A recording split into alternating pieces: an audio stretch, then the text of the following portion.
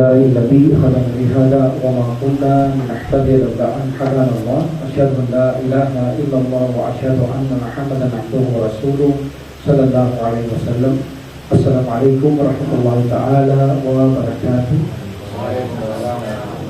So, alhamdulillah, pagpapatuloy natin ang Quran ay salita ng Allah subhanahu wa ta'ala. Ito na para sa inyo, ito ang pangatlong lesson natin patungkol sa Quran ay salita ng Allah subhanahu wa ta'ala. At ipagpapatuloy natin dito, I think this is the last lesson na kung saan ang Quran ay hindi ito nilikha, kundi ito ay attributes o katangian ng Allah subhanahu wa ta'ala na kung saan ay kanya itong salita. Another ayah na kung saan pagpapatunay na ang Quran ay salita ng Allah subhanahu wa ta'ala, sinabi niya, A'udhu billahi minasyaitanir rajim, Bismillahirrahmanirrahim, Inna hadal Qur'anu yakussu ala bani Israila aktsara alladhi hum fihi yakhtalifun. So sabi ng Allah subhanahu wa ta'ala, katotohanan aming isinalaysay. Katotohanan aming isinalaysay. Katotohanan ito ang Quran, Katotohanan ito ang Quran ang nagsaysay sa angkan ng Israel tungkol sa karamihan sa kanilang mga hindi pagkakasundo o pagkakaiduwahan. Ang salita dito ay yakussu. Yakussu meaning yung isinilaysay, narrates. So in this point, in this reference, kapag sinabing yakussu o inarrates, ibig sabihin ito ay salita ng Allah subhanahu wa ta'ala. Sapagkat ang isa na nagsalaysay ay hindi mangyayari ang salaysay kung hindi niya ito sinabi. That's why ang Quran, ito ay salita ng Allah subhanahu wa ta'ala. Nahnu yakussu alayka ahsanal qasasi bima awhayna ilayka hadal Quran. Isinalaysay namin sa iyo ang pinakamagandang kasaysayan sa pamamagitan na ipinahayag namin, meaning ang Quran. So dito dalawa, relate, yakussu, at sinabi ng Allah subhanahu wa ta'ala, this is a revelation.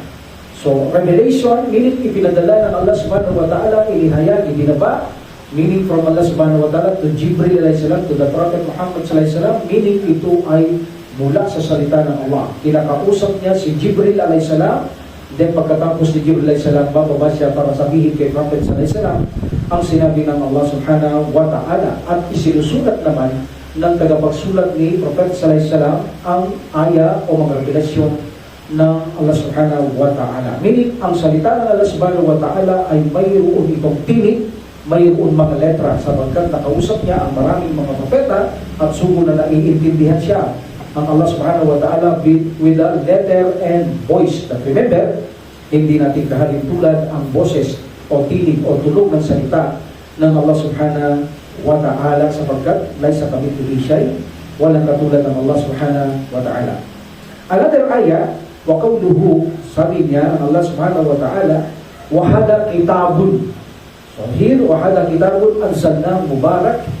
This is a book, meaning ito ang aklat na kung saan ito ay balwalhating aklat na inihayag na ng Allah subhanahu wa ta'ala na puno ng pagpapala.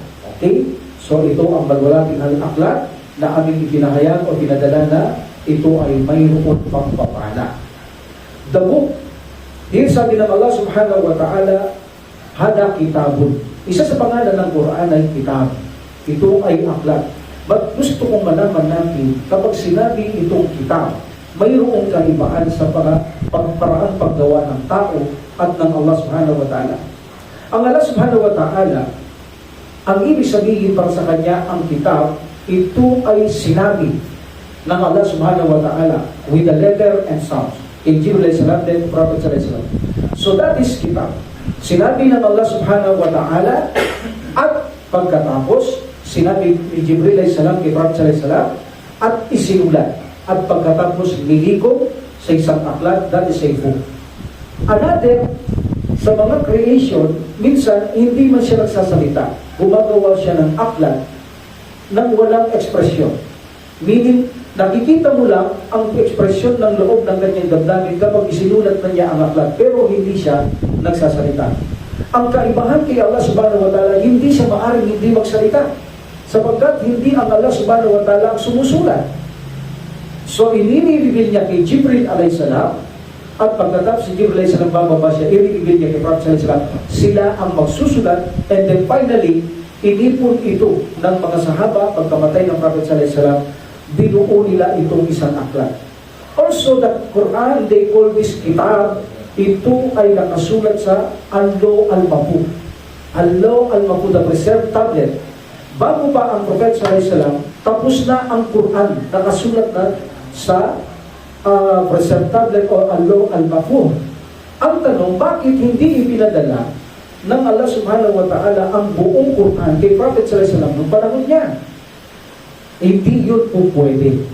Sapagkat bagamat ang Quran ay tapos na ito, isang aklat na nakasulat sa preserved tablet, hindi pwedeng ipadala ng Allah subhanahu wa ta'ala ang buong Quran ng isanan. Dahil lilitaw dito ang kawalang katarungan at maaaring magreklamo ang mga tao dahil nawalan sila ng kalayaang pumili ng masama at mabuti. Like for example, kung ibababa niya ang Quran, nakalagay na doon din Abu Lahab. Wala pang ginagawa si Abu Lahab, nakasulat na siya. So maaaring walang justice ito. Magreklamo ang tao. Nakasulat na doon sila Abu Jahal, bagamat hindi nabanggit ang pangalan, pero sa kanila. So magreklamo sila, bakit nakasulat sila sa Quran? Ngayon wala silang ginagawang mali. That's why ang Quran, bit by bit, na ipinadadala ng Allah subhanahu wa ta'ala sa Prophet sallallahu alaihi wasallam yearly. Alam ng Allah subhanahu wa ta'ala kung anong mangyayari, at yun ang padadala niya yearly, anong lugar, anong panahon, para bigyan niya ng kasagutan ang mga nangyayari within 23 years sa buhay ng Prophet Muhammad sallallahu alaihi wasallam. That is also book na nakasulat sa preserved tablet.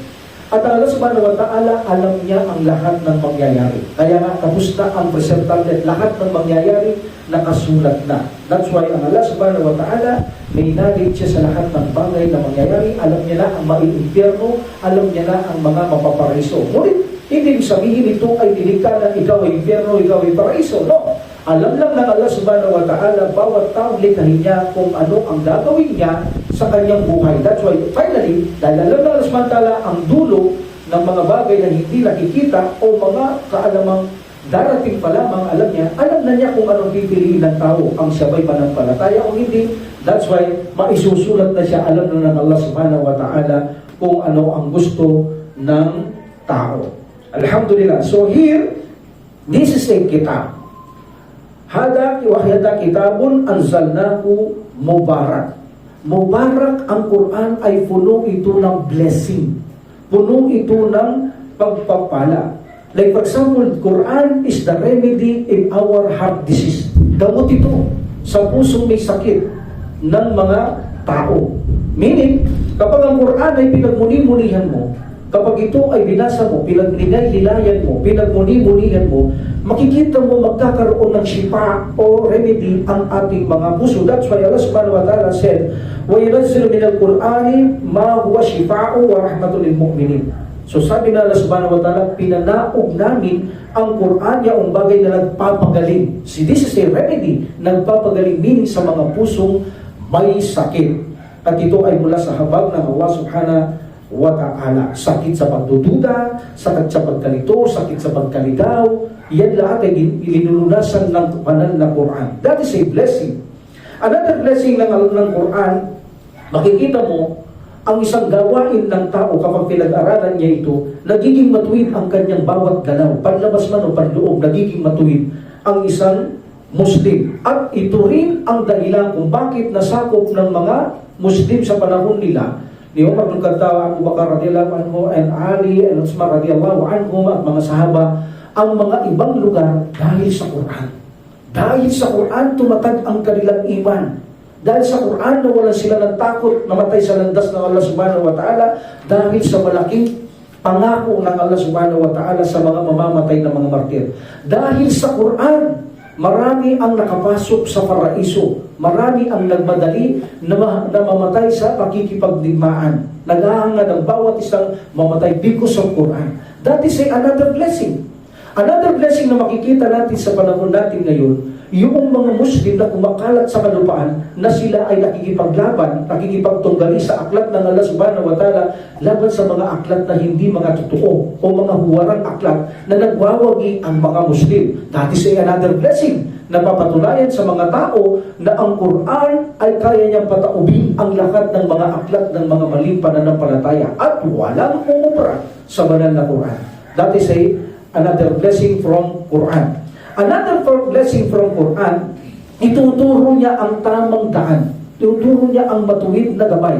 Ituturo niya ang matuwid na landas. Alam mo ang mali, alam mo ang tama. Napakarami mong alam na hindi alam ng mga taong hindi nagabayan. Even na nag-aral siya ng gaano kataas na pinag-aralan. Kapag narinig niya ang Muslim, tiyak na amazing ang maririnig niya. Kahit na ang isang Muslim ay pakalat-kalat lamang sa daan. Makikita mo, kapag siya nagsalita, hahanga ang mga taong may mataas na pinag-aralan ng mga hindi Muslim because that is another blessing ng Quran. Sobrang kahanga-hanga ang salita ng Allah subhanahu wa ta'ala. Ang Quran, another blessing, bawat basain mo may reward ka. 10 points. Sabi ng Prophet sallallahu alaihi wasallam. Sabi ng Prophet sallallahu alaihi wasallam, hindi ko sinabing alif, lam, mim, 10 points. No. Alif is 10. Lam is 10. Mim is 10. Meaning, bawat letra, mayroong kang biyaya sa Allah subhanahu wa ta'ala. Even na ang mga aya ay abrogation, pag binasa mo, magkakariwat ka Allah subhanahu wa ta'ala. Alam mo ang haram, alam mo ang halal. Gagabayan niya ang iyong katawan para ikaw ay mapalayo sa panganib sa mga maaaring magkaroon ka ng sakit sa katawan. Maaaring mawasak yung katawan. That is another blessing. Ang Islam ay nagtuturo ito na pangalagahan ng physical ng isang Muslim, hindi lamang ang kanyang spiritual, even na physical. That is another blessing ng Quran. And finally, of course, marami pa. Quran is also Furqan. Ito'y gabay sa pamantayan ng tama at mali. But ang pinakamalaking blessing ng Quran ay tuturuan ng tao kung paano makapasok sa paraiso. That is a big blessing. Hindi katulad ng mga hindi gumamit ng Quran, tulad ng mga hindi mananampalataya, never nilang alam ang patungo o papunta, pagpasok sa paraiso. Never nilang malalaman yan. Ang tanging Quran ang magtuturo kung paano makakamit ng tao na makapasok siya sa paraiso. So, napakaraming blessing ng Quran. That's why sabi ng Allah subhanahu wa ta'ala, ito ang kitab, meaning the Quran. Another name of Quran is kitab. Ito ang aklat, meaning na ibinaba o pinahayag ng Allah subhanahu wa ta'ala na puno ng pagpapala. Okay, so daming pagpapala ng banal na Quran. Alhamdulillah. Ang importante rito ay yung affirmation na ito ay revelation. Kapag sinabing revelation, ang aklat ito ay sinabi with the sounds and letter kay Jibril alayhi salam, and then bababa ni Jibril alayhi salam kay Prophet sallallahu alaihi wasallam. So this is revelation. Hindi maaaring ihayag, i-reveal ang isang bagay na walang nagpahayag. Meaning kung mayroong nagpahayag, ito ay salita ng Allah subhanahu wa ta'ala at hindi nilikha ang Quran kung hindi ito mismo ay salita ng Allah subhanahu wa ta'ala. Alhamdulillah. And then another ayah, Allah subhanahu wa ta'ala said, "Law anzalna hadal Quran ala jabalin lara'aytahu khashi'a." And then mutasaddian min khasyatillah.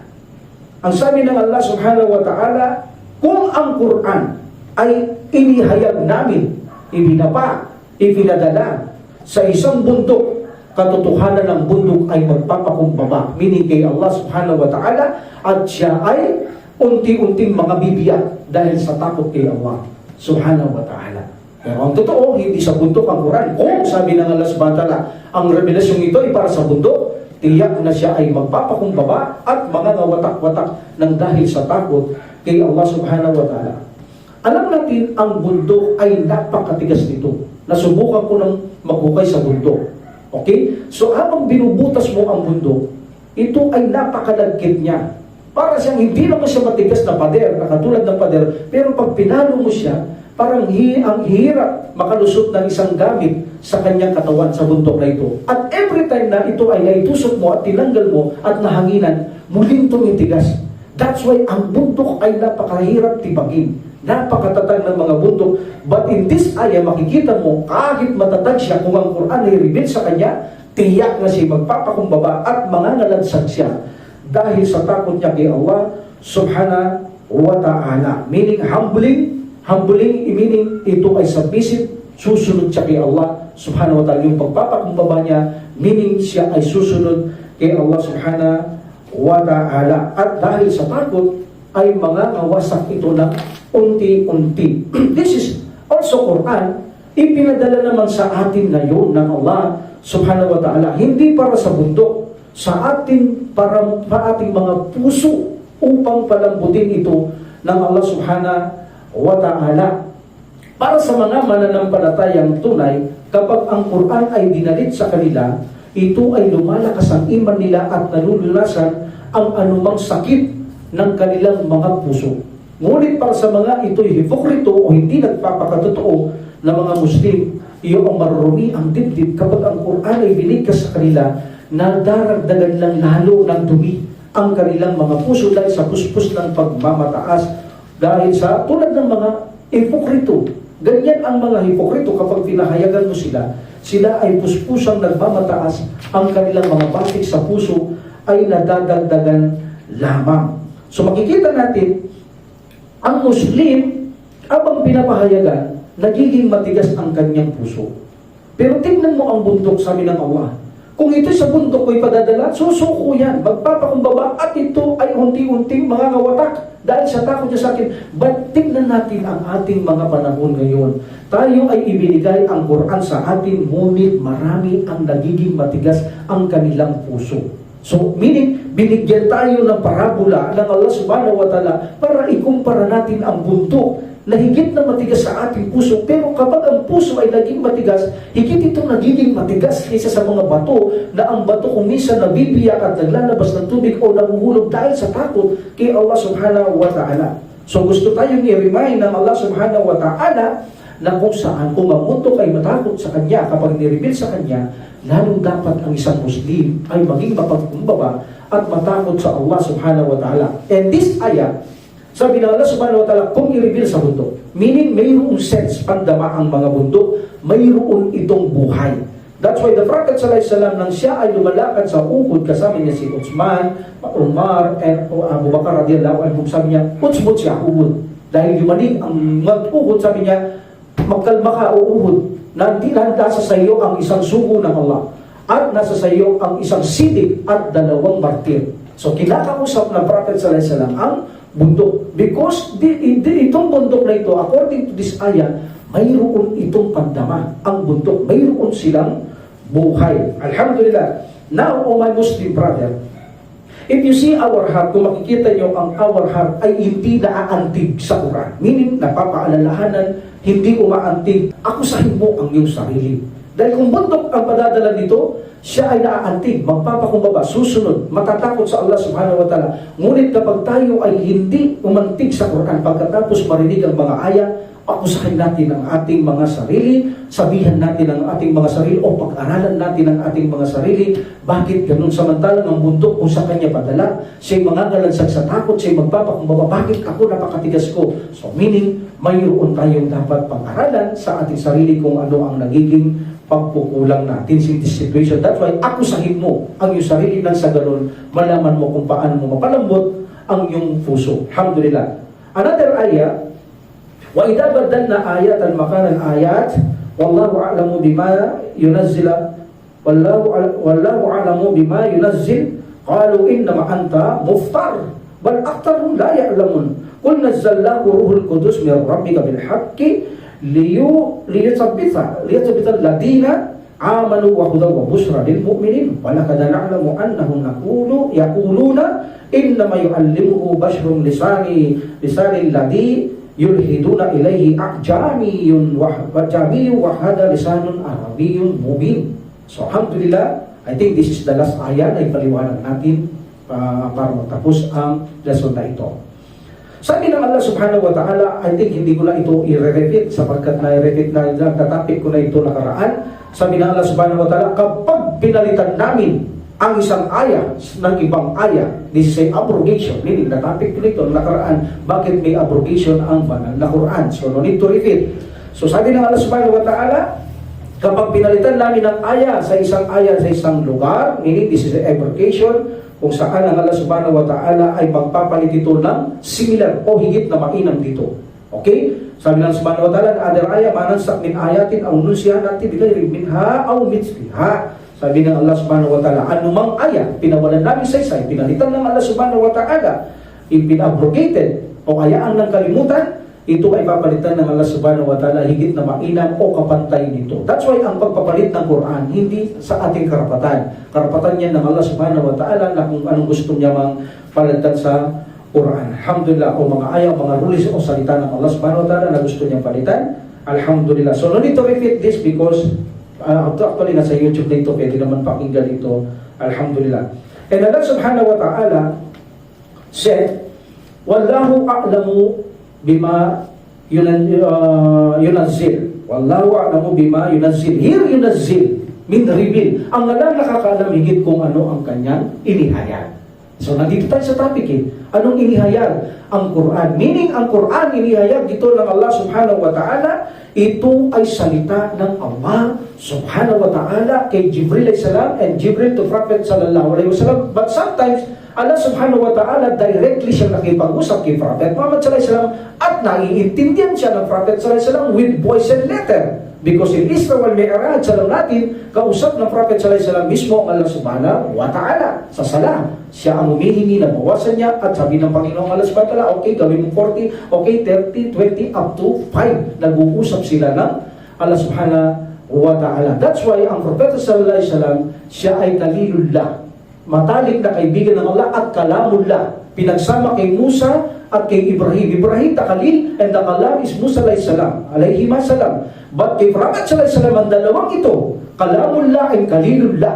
At the time ng Prophet sallallahu alayhi salam, ang kalil ng Allah si Prophet sallallahu alayhi salam. Kapag sinabing kalil, isa lamang pwede mong maging kaibigan. Kapag kaibigan ka na ng Allah subhanahu wa ta'ala, hindi ka na pwedeng makipagkaibigan kahit na kaninong tao. Kaya sabi ng Prophet sallallahu alayhi salam, kung hindi lang ako ginawang kalil ng Allah subhanahu wa ta'ala, gagawin kong kaibigan si Abu Bakar. Ba't ginawa na ako ng kalil ng Allah subhanahu wa ta'ala? This is a very special. Isa lamang ang pwede. Sa panahon ni Ibrahim alayhi salam, siya ang kalil ng Allah. Sa panahon ni Musa alayhi salam, siya ang kalam ng Allah. Kinakausap siya ng Allah. Kay Prophet alayhi salam, yung dalawang ito, binigay sa kanya ng Allah subhanahu wa ta'ala, kalil niya at kalam ng Allah subhanahu wa ta'ala. That's why naiintindihan siya ng Prophet alayhi salam. And we know, lahat ng salita ay alam ng Allah subhanahu wa ta'ala. Tandaan yan, lahat ng salita ay alam ng Allah subhanahu wa ta'ala sapagkat sa kanya lamang galing ang lahat ng knowledge. That's why in the day of resurrection, hindi niya kailangan ang mga interpreter kahit na anong Muslim ang kanyang usgan, anong wika, anong kulay. Kapag nagsalita ang Muslim na ito, naiintindihan siya ng Allah subhanahu wa ta'ala, anumang lengwa ito, hindi niya kailangan ng Allah subhanahu wa ta'ala ang isang tatayo para mag-interpreter sa sasabihin ng kanyang hatulan. No, lahat ng salita ay alam ng Allah subhanahu wa ta'ala at naiintindihan niya ang lahat ng salita ng kanyang mga nilikha. That's why ang mga propeta at sugo, iba-iba ang wika nila, pero nakakausap ng Allah subhanahu wa ta'ala ayon sa kanilang wika at ang kanilang revelasyon ay ipinapahayag din ayon sa kanilang mga wika. Alhamdulillah. So in this situation, ang Prophet sallallahu alaihi wasallam nung magkaroon ng abrogated, kinukutya siya ng mga Quraish na kung saan sabi nila, innama anta mubtada. Sinungaling ka, sabi nila kay Prophet Muhammad sallallahu alaihi wasallam. Bakit siya sinabing sinungaling? Dahil sabi nila, noon sinabi mo ganito, ang parusa sa mga nakikiapid, ikulong sa kanilang kwarto, huwag pakainin, huwag painumin, hanggang madatnan ng kamatayan. But later sabi mo, ang parusa ng mga adultery is stoned to death. Sinungaling ka, sabi nila, binabago mo ang mga utos mo dahil hindi yan galing kay Allah. Yan ang tanda na hindi yung revelasyon dahil nagkakamali ka, binagabagong siya. That is abrogated. Pero ang hindi nila alam, matapat na tao si Prophet sallallahu alaihi wasallam. Why? Dahil ang mga taong sinungaling, pagsisimikapan niyang hindi niya kukontrahin kung ano ang sinabi niya nakaraan. Pagsusumikapan niya yun, na hindi niya kukontrahin yun. Dahil pag kinontra niya yun, lilitaw nga siya na sinungaling. But ang Prophet sallallahu alaihi wasallam, never siyang ganun. Bakit? Actually, mapagkakatiwalaan mo siya. Bakit? Ano mang ihayag sa kanya, ito man ay kontra, ito man ay bagong batas na kinontra niya o pinawalang bisa una, hindi niya itinatago. Yan ay tanda ng katapatan ng Propeta Muhammad sallallahu alaihi wasallam. That's why in Satanic verse, kung pag-aaralan niyo Satanic verse kung bakit nagbalik ang mga Abyssinia na nag-Muslim na lahat ang Quraysh, because of Satan. Na-recite niya ang isang aya na binulong ni Satan sa kanya na kung saan ang mga pagsamba ng Quraysh sa kanilang gawaing tradisyon ay tama. That's why sabi nila, tama naman palit-sinasampan natin eh. Sabi ni Muhammad sallallahu alaihi wasallam, tama rin yun sa kanya. So lahat tayo tama. So nagkaisa na tayo. So that's why, ang mga Muslim sa Bisaya, nabalitang nag-Muslim na ang mga Quraysh, umuwi sila. Bumalik sila.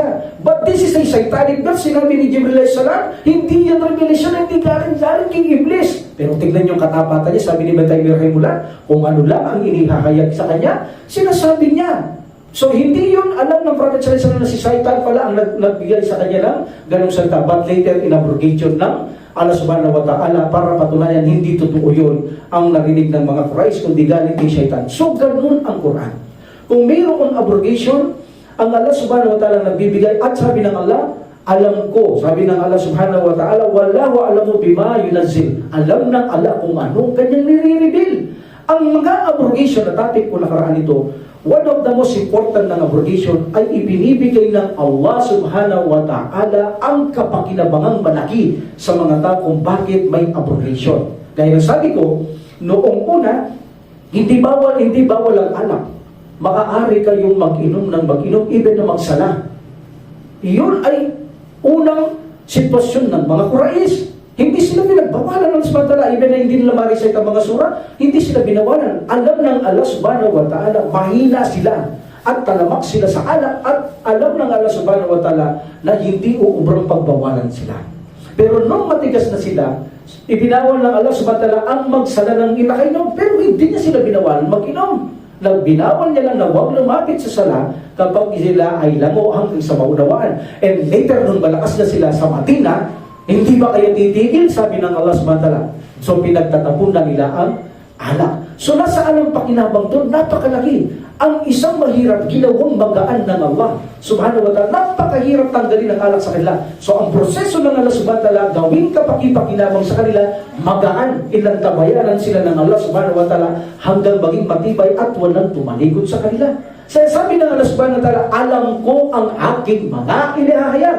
Kapag pinalitan ko ang isang bersikulo, batas o salita, tiyak na ito ay kapakipakinabang sa mga tao. That's why sabi ng subhanahu wa ta'ala, alam ko kung ano ang aking inire-reveal. Meaning ang aking sinasabi na ipinadadala kay Jibril alayhi salam patungo kay Propeta Muhammad sallallahu alaihi wasallam. Alhamdulillah, so nagpapatunay ang mga abrogation, ito ay tanda ng katapatan ng Prophet Muhammad sallallahu alaihi wasallam.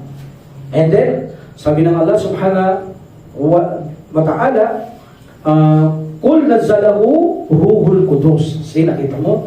Ito sabi ng Allah subhanahu wa ta'ala, sinabi niya, ito ay dala, ibinaba ni Angel Jibril. The Ruhul Qudus, Angel Jibril, mula sa iyong Panginoon ng may katotohanan. So, siya ang messenger ng Allah sa lahat ng mga sugod propeta. Sinasabi niya kung ano ang revelasyon, then sasabihin ni Jibril alayhi salam sa mga malaika at pupunta na siya kay Prophet alayhi salam. Kaya ang kalangitan ginwardya nito dahil nakakarinig noon ang mga jinn. That's why nasasangguni nila sa mga manguhula tulad ni Nostradamus, ano sa kirit ang kanyang hula because of the jinn. But at the time of the Prophet alayhi salam, ginwardya nito para wala silang makuwang informasyon. So here, malinaw na sinasabi ng Allah subhanahu wa ta'ala na itong Quran na ito ay dala ni Jibril alayhi salam. Ito ay ibinaba niya mula kay Allah sa kanyang Panginoon ng may katotohanan. Katotohanan, sabi ng Allah subhanahu wa ta'ala. In another ayah, innahu laqawlu rasulin karim, and then dikwatin inda dil arshi makin, muta'in thumma amin. Katotohanan, ito ay isang salita, ang Quran, lawak ba, na pinadala ng Allah subhanahu wa ta'ala sa isang barangal na anghel o sinubong anghel na si Jibril alayhi salam, at kung saan itong anghel na ito ay ginawaran ng kapangyarihan at mataas na antas ng Panginoon at sinusunod ng mga anghel. Pinakamataas na anghel, si Jibril alayhi salam, at sinusunod siya ng mga anghel. Sabi ng Allah subhanahu wa ta'ala, katotohanan, innahu laqawlu rasulin karim. Ito ay katotohanan ay salita ni Jibril alayhi salam na pinadala sa kanya bilang ang aklat na isang Quran. Salita, sabi ng Allah subhanahu wa ta'ala, affirmation, the speech of Allah. The Quran is the speech of Allah subhanahu wa ta'ala from your Lord. Ito ay special. From your Lord. Particularly ito kay Prophet sallallahu alaihi wasallam. Allahu Akbar. Hindi sinabi ng Allah subhanahu wa ta'ala, from the Lord of Alamin. No, sabi niya, mula sa iyong Panginoon Muhammad. Particular, napaka-special. Biro mo sabihin ng Allah subhanahu wa ta'ala sa kanya, mula sa iyo. Particular, napaka-special mo. Mula sa iyong Panginoon, meaning Muhammad. Allahu Akbar. Hindi niya sinabi, ang dala ni Jibril alayhis salam, ang salita ng subhanahu wa ta'ala ay mula sa Panginoon ng lahat ng nilalang. No? Sabi niya, mula sa iyo, Panginoon. Allahu Akbar. Napaka-special na salita ito kay Prophet sallallahu alaihi wasallam bilang isang parangal ng Allah subhanahu wa ta'ala. At sinabi niya, ipinadala niya ang aklat na ito ng mayroong katotohanan. Meaning, ang bumababa na aklat na ito, ibinababa o pinabababa ay katotohanan. That's why sabi ng Subhanahu Tanzilul Kitabi la rayba fi hudan lil Tanzilul Kitabi la rayba fi what's the next? Rabbil Alamin. Am yaquluna tara bal huwal haqqu. See? Sabi nila, ginibento mo Muhammad, bal, no. Sabi ng Allah subhanahu wa ta'ala, this is a negation, bal. No, hindi, sabi ng Allah, this is the truth. Bal huwal haqqu min rabbika. Meaning sa iyong Panginoon, galing yan Muhammad, ito'y katotohanan. So anuman bumababa o ibinababa ng Allah subhanahu wa ta'ala, ang mga salitang ito ay katotohanan. That's why the Prophet sallallahu alaihi wasallam, nang tumigil ang kanyang sahabang nagsusulat dahil ito ay natustusan ng mga Hudyo, sabi nila, o mga Quraysh, sabi nila ng mga Quraysh, as para sa inyo Quraysh, yes, in Makkah, sabi nila, sulat ka, nagsulat sa sinasabi niyong propetang yan, tao lang yan eh. Maaaring magkamali yan, sulat kayo na sulat, bibig sabihin nila, magkakamali yan. So tumigil sila, tumigil siya. So sabi niya, yes, may katwiran ka, sabi niya, maaaring magkamali nga siya, sabi ni Amir. So sabi niya, tigil mo lang ang sulat. Nalaman niyo ng Prophet sallallahu alaihi wasallam. Pinatawag siya, sabi niya, ano sinabi ng Prophet sallallahu alaihi wasallam? Isulat niyo lahat ng sasabihin ko. Dahil hindi ako magsasalita maliban sa katotohanan. Meaning, ang sasabihin niya lang kung ano lang ang inihahayag ng Allah subhanahu wa ta'ala. At kapag gumawa ang Prophet sallallahu alaihi wasallam ng sarili niya, kapag hindi kumibo ang Allah, ito ay tanggap. Kapag hindi ito taakma, hindi tama ang kanyang ginawa, magpapadala ang revelasyon ng Allah para siya ay suwayin sa kanyang ginawa. Bantay siya ng Allah subhanahu wa ta'ala. Like for example, Ya ayuhan nabiyyu lima tuharrimu ma ahalallahu lak. Bakit mo ipinagbabawal sa iyong sarili ang hindi pinagbabawal ng Allah? Diba? Pumunta siya kay Zainab, then pagdating niya kay Hafsa, kay Aisha, nagkutsaba sila, mabaho siya. Sabi niya, galing lang ako kay Zainab eh, kumain lang, mabaho pala. Hindi na ako kain ng ganun. So sinabi niya hindi na siya kakain ng ganun. Bagamat kinakain niya, sinabihan siya ng Allah subhanahu wa ta'ala, why? Bakit mo yung pinagbabawal ang hindi ko pinagbabawal? Meaning, guardyado siya sa Allah. Kapag gumawa ang Prophet sallallahu alaihi wasallam na hindi akma, tiyak na may darating na revelasyon. Pag siya gumawa ng sarili niya na walang revelasyon dumating, meaning tanggap yan ng Allah subhanahu wa ta'ala. Guardyado niya mula sa pagkaligaw at kasinungalingan ng sugo ng Allah subhanahu wa ta'ala. That's why puro totoo lang ang kanyang sasabihin. Even a joke, sabi niya, allow sa atin ang kayo ay magbiro, mag-jokes, but ako'y nagjo-jokes yung salitang totoo lamang. Even a jokes, nagjo-jokes siya, but totoo lang, sabi ng Propeta Muhammad sallallahu alaihi wasallam. What is the anong sikat na jokes niya? Yung sabi ng matanda, Ya Rasulullah, pakituwa mo ko sa Allah para makapasok sa paraiso. Sabi niya, walang makakapasok sa paraiso matanda. Dati siya jokes. Kung titignan niyo, walang matandang makakapasok sa paraiso. Then umiyak yung matanda, and then na-smile ang Prophet sallallahu alaihi wasallam. At sinabi niya na ang pagpasok sa paraiso ay lahat ay magiging bata. So, nag-jokes siya. Hindi talaga papasok ang matanda sa paraiso. That is true. Pero, totoo yun. Sapagkat lahat ng papasok doon ay pantay-pantay ang kanilang mga edad. So, itong Quran ay pinababa ito mula sa katotohanan. Anong dahilan? Anong dahilan? Ang sabi ng Allah subhanahu wa ta'ala, لِيَثَبِّتَ الَّذِينَ آمَنُوا, upang mapalakas niya ang mga mananampalataya. Upang mapalakas niya ang iman, meaning mapatatag niya ang mananampalataya. So in this situation, ang Quran ay pampatatag sa Muslim. Pampatatag ito kapag pinag-aaralan mo ito. Allahu Akbar. Minsan tinuro ko dito 3 aya lang. Sabi ko, pag muni-muni nyo kung matapos yung 1 taon yan. Yung 3 aya. Baka hindi nyo matapos ng 1 taon na pagmuni ang 3 aya yan. Ganun ang Quran. Ganun ka-power ang Quran. Kaya nga kompleto ito. Ano yung itinuro ko? Sabi ng Allah subhanahu wa ta'ala, liligtan niyang lahat ng bagay sa pinakamabuti. Mabuti ba yung impyerno? Mabuti ba yung gumagawa ng mga masasama? Mabuti ba yung bulag? See? Makikita mo, pag-aaralan mo yan, ewan ko kung matapos kayo 1 taon. Lahat sabi ng Allah subhanahu wa ta'ala, mabuti. Pero paano nasaan yung mga taong nangungutya, na mabuti ba yun? Klinikanan samantala yun. Mga taong mga maramot, mabuti ba yun? Mga taong bulag, mabuti ba yun? Ang parusa, mabuti ba yun? Ang interno, mabuti ba yun? Abay, magsawa ka magmuni-muni, yun palang sinabi kong yun. Hindi ka na matapos-tapos sa pag-aaral kung ano ang mga kasagutan sa mga bagay na yan. That's why ganun ka-power, ganun kahanga-hanga ang salita ng Allah subhanahu wa ta'ala. Alhamdulillah. So, this is the effect of Quran. Kapag ikaw ay nag-aaral ng Quran, ang iman mo umaalsa. Umaalsa. Ang iman mo, yan ay dahil sa Quran. Pinalalakas niya ang iyong iman because of the truth. The truth saying ng Allah subhanahu wa ta'ala mula sa Quran. Pinangakuha ka niya ng paraiso, pinangakuha ka niya ng impyerno para makaiwas ka, pinangakuha ka niya ng gantimpala, itong gagawin mo, ganitong iwasan mo, para sa kabubuti mo. Allahu Akbar! Allahu Akbar. Namumuhay ka inwardly, outwardly na napakabuti na ginagawa mo. That's why, sa pamamagitan ng Quran, tumitibay ang isang Muslim. Tumatatag ang isang Muslim. At of course, ito ang Quran na ito, wabusra lil mu'minin or Muslimin. Wabusra lil Muslimin. Busra means magandang balita ito sa mga Muslim. Na kapag ikaw ay nagtagumpay sa paraiso. Meaning, kung ito ay ang Quran, this is wahuda. Wahuda, wabusra lil Muslimin. Huda, guide.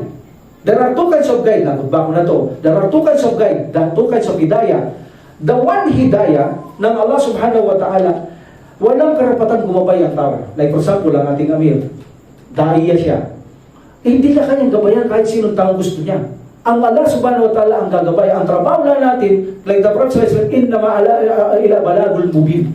Ikaw lamang ay tagapagdala o tagapagbabala ng mensahe, tagapagpahay ng mensahe. After that, sabi ng Allah subhanahu wa ta'ala, innaka la yahdi man ahbabta. Hindi mo kayang gabayan ang sino mang gusto mong gabayan, sabi ng Allah subhanahu wa ta'ala. And then also, laysa alayka hudahum walakin Allah yahdi man yasha. Wala sa iyong gabay ng mga tao. Because the Prophet sallallahu gusto niyang magabayan ang mga mayayamang Quraysh. Dahil nga naman pag nag-depress sila, malaki, powerful agad ang makakatulong sa kanya. Pero hindi niya kayang gabayan ito, sabi ng subhanahu wa ta'ala, bumagsak ang ayat, sabi ng Allah subhanahu wa ta'ala, wala sa kamay mo, wala sa iyo ang gabay nila. Laki Allah subhanahu wa ta'ala, ang gusto niyang gabayan kung sino niyang gustong gabayan. That's why this is the first hidayah. Ang Allah subhanahu wa ta'ala ang nagbubukas ng puso ng tao. That is the first hidayah. Hindi ito pag-guide para malaman mo tama mali. No. After that, Muslim ka na, pag-aaralan mo ngayon ang kanyang number 2 guide, ang Quran at Sunnah, at ilalagay ng Allah subhanahu wa ta'ala ang mga guide na ito. Like for example, sabi ng subhanahu wa ta'ala, وَهَدَيْنَاهُ نَجُدَيْنِ Ipinakita ko sa inyo ang tama at mali o matuwid na landas at maling baligtas. Meaning, may choice kang mamili. So that is the Quran ngayon. Kung may choice kang mamili, binigyan ka ng Furqan ng Allah. Furqan, syahr Ramadan alladhi unzila fihi al-Quran hudan lin-nasi wa bayyinatin minal huda wal furqan. Binigyan ka niya pamantayan ng tama at mali para malaman mo ang tama at mali. May choice ka. Malaya ka. Yan ang yung pagkalikha natin. Malaya tayong pumili. In this situation, mag-aaral ka. Kapag nag-aral ka, ipapasok ng Allah subhanahu wa ta'ala ang pangalawang guide para magabayan ka niya. The one guide, ang nalagagabay, the number 2 guide, yung aklang Allah subhanahu wa ta'ala. So that is the guide ng Allah subhanahu wa ta'ala. There are two kinds of guide. Yan, hindi pwedeng mag-Muslim ka lang na hindi mag-aral. Bakit?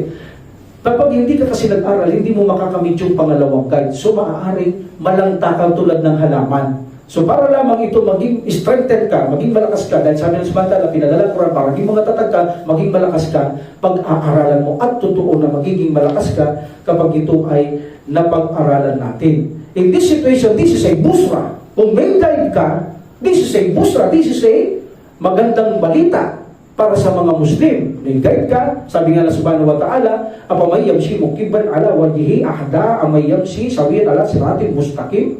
Sabi niya, magkatulad ba ang naglalakad ng nakayuko na hindi nakikita ang daan o naglaawagit na nagabayan ito kaysa sa naglalakad na nakatingala na nakikita niya ang daan? Meaning, para lang yung sasakyan. Kapag ikaw ay nakasakay na sasakyan sa hating gabi, madilim, wala kang ilaw, tiyak na mapapahamak ka, wala kang ilaw. Yun ang ibig sabihin ng batala. Naglalakad ka na kayo ko, hindi mo nakikita yung daan, abay maaaring mahulog ka kung mayroong bangin dahil hindi mo tinitignan ang iyong dinadaanan. Ganun ang hindi nag-aral. Ganun ang ibig sabihin ng subhanahu wa ta'ala. Hindi ka makakarating sa iyong paruroonan, hindi magiging busra o o magandang balita sa iyo ang gabay kapag hindi mo pinag-aralan. Ngunit ang naglalakad na nakatingala, tulad ng sasakyan na nagdadrive ka sa gabi, madilim, may ilaw ka, alam mo ang iyong dinadaan, kitang-kita mo, hindi ka naliligaw, hindi ka napapahamak. That is the busra. Meaning, mayroon ka ngayon magandang balita dahil pinag-aralan mo ang aklat ng Allah subhanahu wa ta'ala. Ano ang glad tidings sa atin ng Allah subhanahu wa ta'ala? Of course, ang paraiso.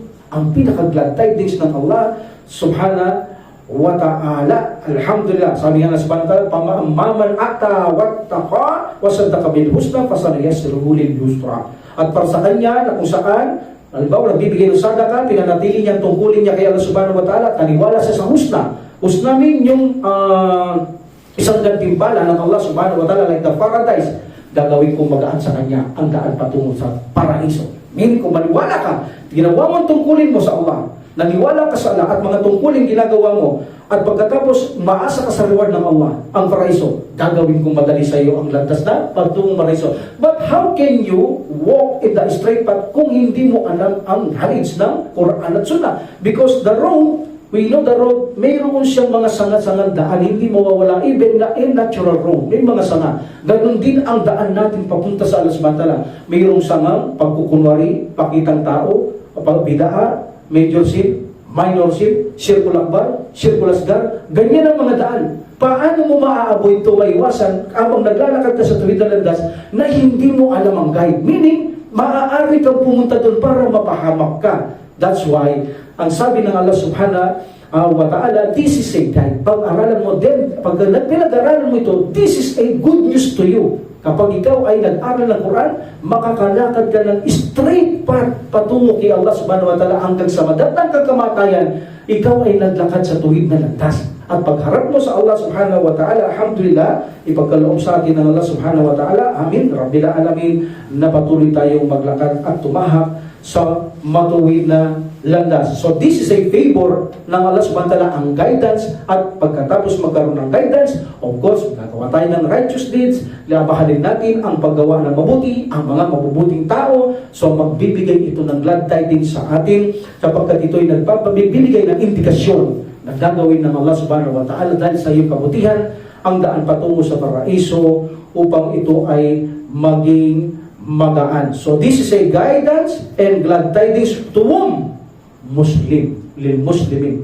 Wa huda wa busra lil muslimin. Muslim meaning yung sumusunod, sumusuko kay Allah subhanahu wa ta'ala. Hindi tayo sumusunod sa bulsa, sa mga karir natin, sa mga bank book natin, kundi sumusunod tayo kay Allah subhanahu wa ta'ala. Kapag sinabing Muslim, ikaw yan, alipin ng Allah, nananampalataya ka sa Kanya, na sa Kanya reliyon, kay Prophet sallallahu alaihi wasallam, ngunit pagsisikapan mong sumunod sa Quran at Sunnah ng Propeta Muhammad sallallahu alaihi wasallam. And then Allah subhanahu wa ta'ala said, وَلَقَدْ نَعْلَمُ أَنَّهُمْ يَقُولُونَ إِنَّمَا يُعَلِّمُهُ بُشْرَى لِسَانُ الَّذِي yulhiduna, ibang salitang yulhiduna, at saka yung jamiya, yulhiduna ilayhi jami. Okay. Ito yung mga Quraysh.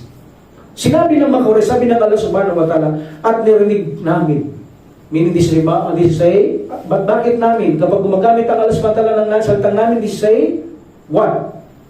Yung mga nag-aral, word of majesty. Very good. This is a word of majesty. Salitang makahari ito. But actually, ang Allah subhanahu wa ta'ala ang nakarinig. Sabi niya, at narinig namin.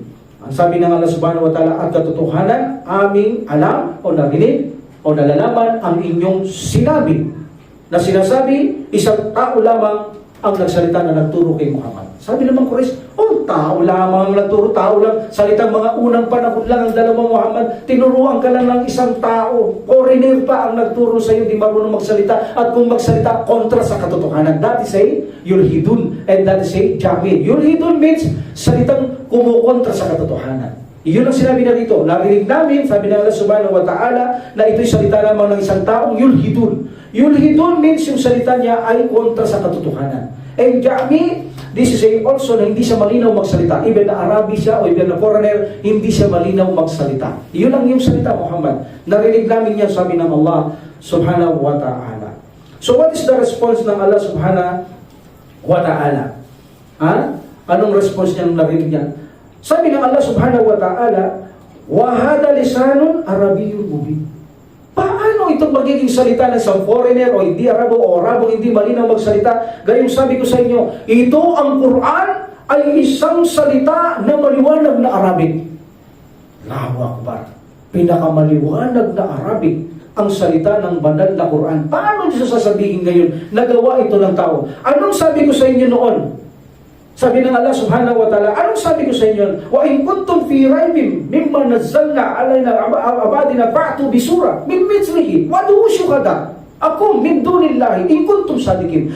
Fa in lam taf'alu wa lan taf'alu fattaqun nar alladhi wa kuntum fattaqun nar alladhi waquduha an-nas wal hijara. Hindi ba sinabi ko na sa inyo, kung mayroon kayong doubt sa Quran, magdala kayo ng katulad nito, gumawa kayo, mapamalian nyo ang Quran meaning, at tawagin nyo na lahat ng gusto nyo tawagin, pati mga jinn, tawagin nyo na lahat ng gusto nyo magsama. Huwag lang ako, sabi ng Allah subhanahu wa ta'ala, gumawa kayo para sila.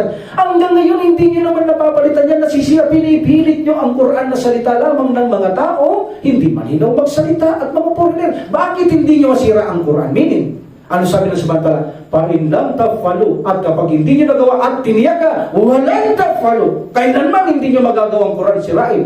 Kaya matakot kayo sa parusa ng impyerno, ang panggatong ko ay tao at bato. So pinangako ng Allah subhanahu wa ta'ala, hindi nyo kayang gumawa ng Quran. So paano nyo sasabihin niya ay salita ng isang tao na hindi malinaw? Kaya sinabi ko, ang Quran, wahada lisanun arabiyyun mubin. Ang Quran ay salitang Arabic na inihayag kay Prophet sallallahu alaihi wasallam na napakalinaw na Arabic. Allahu Akbar. Challenge ng Allah subhanahu wa ta'ala sa kanila. Alhamdulillah. So, at sabi pa ng Allah subhanahu wa ta'ala, okay, sinabi ko rin sa inyo, kung ang Quran ay gawa ng salitang tao na itinuro kay Prophet sallallahu alaihi wasallam, hindi malinaw magsalita at kontra sa katotohanan, afala yatadabbaruna al-Quran walau kana 'inda ghayrillahi lawajadu fihi ikhtilafan katira. Hindi ba ninyo na pagmuni-munihan, isinaalang-alang o pinag-isipan ang Quran kung iti galing sa iba maliban kay Allah? Katiyakan makakatagpo kayo ng maraming salungatan. Totoo yan. Ito lang ang aklat na walang salungatan. Lahat ng aklat gawa ng tao, tiyak na mayroong salungatan. At sinabi ng Allah subhanahu wa ta'ala, hindi isa, tiyak makakasumpong kayo ng maraming salungatan kapag ang aklat ay hindi galing kay Allah subhanahu wa ta'ala. Alhamdulillah. So meaning, ang Quran ay salitang Arabic na malinaw. So in this situation, nasa akida tayo na ang Quran ay salita ng Allah subhanahu wa ta'ala, tatlo ang ipinakita niya dito ng Allah subhanahu wa ta'ala. Alhamdulillah. Anong ipinakita niya dito? Na tatlo ang salita ng Allah subhanahu wa ta'ala na ipinakita niya sa mga aya na ito. Unang-una, alam ng Allah kung ano ang kanyang inihayag. Number 1. Number 2, sabi ng subhanahu wa ta'ala, ang Ruhul Qudus ang siyang nagdala, meaning ng Quran, inihayag kay Ruhul Qudus. And number 3, nasa malinaw na salitang Arabic. Meaning ang Quran ay salitang Arabic. Kapag sinabing salita, this is a lisan, mula ito sa salita ng Allah subhanahu wa ta'ala, inihayag kay Jibril din kay Prophet sallallahu alaihi wasallam. So Quran, revelation. Quran, a book, revelation. Quran is the word, the speech of Allah subhanahu wa ta'ala. So meaning ang Quran, this is not created. This is the words of Allah. Katangian to ng Allah subhanahu wa ta'ala na hindi hihiwalay ang lahat ng katangian ni Allah. Kapag hindi hihiwalay sa Kanya, this is the attributes of Allah. Kapag ito ay lilikha, hiwalay kay Allah at may rumugis, may forma, at wala itong sense. Kung ito'y salitang Quran ay likha lamang, meaning walang sense ito. Ang mga batas ay parang picture, walang kwenta ang mga batas, ang mga utos, mga salita. This is a created only. But that is wrong. This is a not created. This is a words of Allah, speech of Allah. That's why makita kayo for Muslim na sumusumpa sila sa taas ng Quran. That is a bid'ah. But hindi sila nakakagawa ng shirkul akbar. Why? Because nanunumpa sila sa salita ng Allah. And the salita ng Allah, attributes ng Allah. Nakagawa lang sila ng bid'ah, pero hindi sila lumalabas sa Islam. Dahil ang pagsumpa nila ay kay Allah pa rin. Dahil yun ay salita ng Allah subhanahu wa ta'ala. They believe the Quran is the speech of Allah. Kaya nag-believe sila sa Quran because naniniwala sila katangian ito ng Allah. Hindi kami gumagawa ng shirkul akbar dahil nanunumpa pa rin kami kay Allah dahil ito salita ng Allah. But this is a bid'ah. Hindi ginawa ng Prophet Muhammad sallallahu alaihi wasallam. So what is the behavior? Ang pinakamagandang behavior dito na malaman natin ang Quran bilang pagsasara natin ay salita ng Allah subhanahu wa ta'ala. Ito ay salita ng Allah subhanahu wa ta'ala. Dapat nating igalang ang Quran. Dapat nating respetuhin. Huwag nating hawakan na tayo'y junub, walang wudu. Dapat nating respetuhin ang salita ng Allah subhanahu wa ta'ala. At kapag sinabing respetuhin natin ang Allah subhanahu wa ta'ala, salita niya at pabanalan natin ang salita ng subhanahu wa ta'ala, meaning ipatupad natin ito sa ating sarili, sa pamilya, sa ating mga kapatid, sa pananampalataya, kung anong bawal, kung anong pinag-uutos, igalang natin ang banal na Quran sapagkat ang Quran ay malinaw na salitang Arabic mula kay Allah subhanahu wa ta'ala. Alhamdulillah, so sa susunod, inshallah, babada po tayo sa ibang akida na ang Allah subhanahu wa ta'ala ay makikita sa kabilang buhay. Maraming naniniwala na hindi makikita ang Allah subhanahu wa ta'ala sa kabilang buhay. That is their akida. But Ahlus Sunnah wal Jama'ah, they believe sa araw ng pagpasok nila sa paraiso, makikita nila ang Allah subhanahu wa ta'ala. Rabbil alamin wa alhamdulillah rabbil alamin wa salatu wassalamu ala rasulillah. Subhanakallahumma wa bihamdika asyhadu an la ilaha illa anta astaghfiruka wa atubu ilaik. Assalamualaikum warahmatullahi ta'ala wa barakatuh. Allah